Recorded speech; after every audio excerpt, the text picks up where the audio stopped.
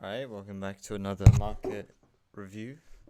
So, today, still looking for lower prices because we have this previous month high SMT still intact that I've been looking at for this past week or so. So, my final target for this would be the previous month low here. If one of the assets hits this target, that's kind of the conclusion of that SMT. We did, however, just hit into this liquidity point, so I would be expecting a little bit of a retracement. On the 6 hour, we don't have any previous week low SMT, nor any previous week high SMT. So we then go to the 90-minute chart. Right, so the 90-minute chart. This is, I'm recording this after the session, but before market open, the price was down here, and we were close to invalidating previous day low SMT, but we did have a previous day low SMT here with a wick to body SMT in which NQ and YM closed below previous day low. Hang on. Alright.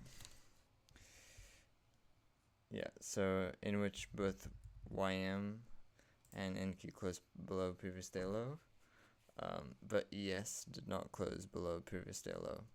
So that is an SMT, and we do have this, at the time was an unfilled new week opening gap, and so the previous day low SMT plus being at a discount of this 90-minute range, and plus there being a untapped new week opening gap, that was a good enough framework for me to look for a retracement play back up into the range. So I was looking for higher prices today. I was looking for bullish F70s to get in on a long. If we go to the calendar today's Wednesday 21st, we did have Trump starting to speak at 1:30 p.m. Well, normally whenever Trump speaks, I like to, if it's this early at 1:30 p.m., I'd just prefer to wait until 9:30 open and make sure Trump is finished speaking, because while he's speaking, lots of things can happen.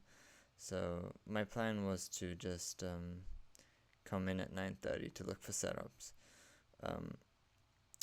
If this was a normal day and it was just a normal news release at 1:30 p.m., I'd be looking for setups at 1:30 p.m. or afterwards. But because it's Trump speaking, I'll just better play it a bit safer and wait until 9:30. We didn't have a previous session low SMT. Alright, so this was the only thing we had.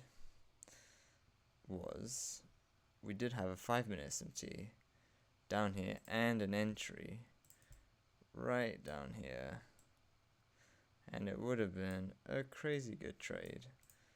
But why didn't I take it? Well, first of all, even though this SMT was valid, it was at 8:45 a.m.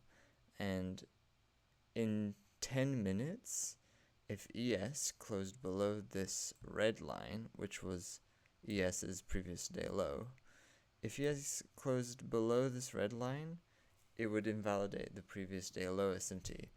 And at the time of this entry, it was really close to invalidating it, and it was close.